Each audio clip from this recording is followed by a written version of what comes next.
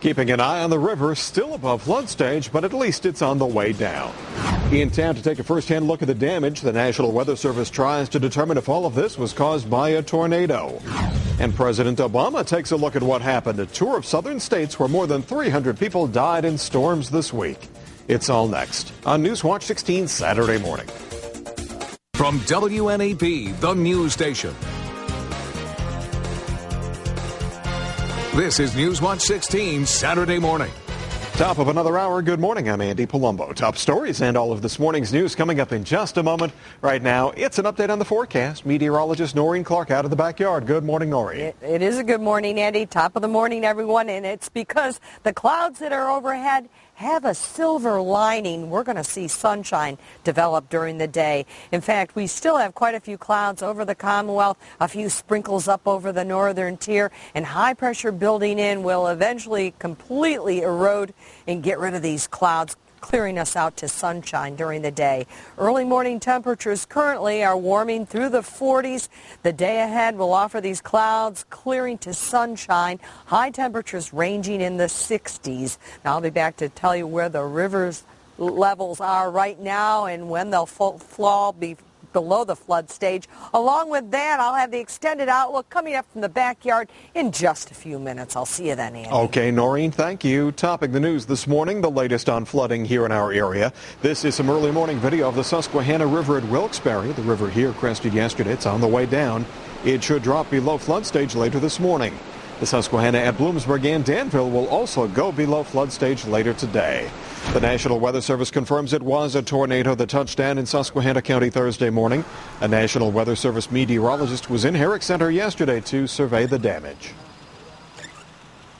Northeast Pennsylvania in one night saw a small tornado, saw two areas of strong downburst thunderstorm winds, then had high winds along a cold front, then had some river flooding and flash flooding all in one night. Unbelievable. Trees down, buildings damaged, but no one seriously hurt when the tornado hit in Susquehanna County. President Obama has promised federal help for tornado-damaged areas of the South. More than 300 died and entire communities were wiped out in storms this week. ABC's John Hendren shows us the early recovery. The president came to the epicenter, Alabama, to view the aftermath. I've never seen devastation like this. It is heartbreaking. He heard the stories firsthand. Car door, a whole car door, like tree limbs and debris just flying in the crowd. At least 318 people were killed across 8 states, 2/3 of them in Alabama, where a record 211 tornadoes raked the landscape. This mile-wide twister swept a 175-mile path, wiping entire neighborhoods off the map. Here you can see the awesome power of that twister, a path that cuts straight through the middle of Tuscaloosa. I've been to Iraq, got injured, and it was nothing like this. Here is a Google Earth snapshot of the city's Rosedale neighborhood before the cyclone. Here, after. We can't bring those who've been lost back.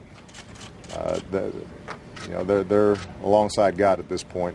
But the property damage, which is obviously extensive, that's something that we can do something about. On Sunday, some more high-profile visitors, including Homeland Security Secretary Janet Napolitano and FEMA Chief Craig Fugate, will see the aftermath of the historic rash of tornadoes.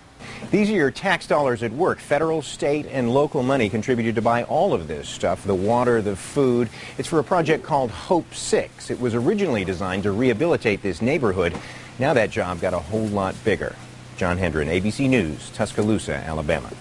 A nonprofit group is helping a woman whose home was damaged by storms in Snyder County. Volunteers from the Hand Up Foundation chopped up and removed a large tree that fell in Joanne Kerstetter's yard in Monroe Township.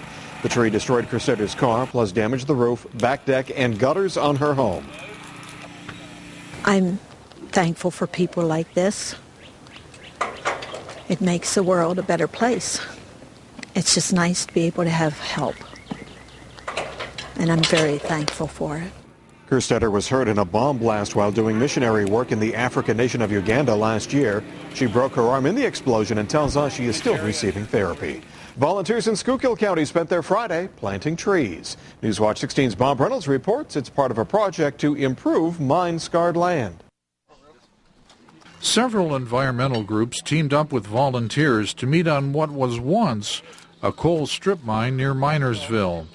The strip mine hole has been filled in, and the mission to plant trees to help restore the land. When they do plant grasses, it will eventually turn back into forest, but after hundreds of years, and this will be kind of a jump start on that succession process. It'll be quicker return to forest, to the native hardwood forest that we should have in this area. I find it really fun that the people of PA are actually trying to help out with the environment. Kelsey Schapel is one of the volunteers from Blue Mountain High School. The job of planting hundreds of trees in the rocky soil is not an easy task. It's tough. It's tough to get it in, but we had a good time hiking over the rocks and over the puddles. Planting the trees will benefit the students, their children, and their grandchildren. I think like a lot of people a lot of years from now won't have to, look at this and think people back then really didn't care about the environment, really didn't care about the earth, and then they have to fix it. Officials here say over the years they've planted thousands of trees over 5 acres of coal-scarred land, and they hope to continue that program next year. Bob Reynolds, Newswatch 16, Schuylkill County.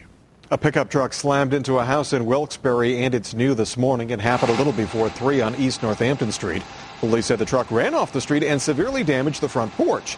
The driver and a passenger weren't hurt, but police say the driver was taken away for a blood alcohol test. Everyone in the house is okay after this morning's crash in Wilkes-Barre. Also new this morning, police in Nanticoke looking for this man. They say he's the one who robbed the Turkey Hill store on Main Street this morning. Police say the bandit had a knife, threatened the clerk, got some money, and then took off. No one was hurt.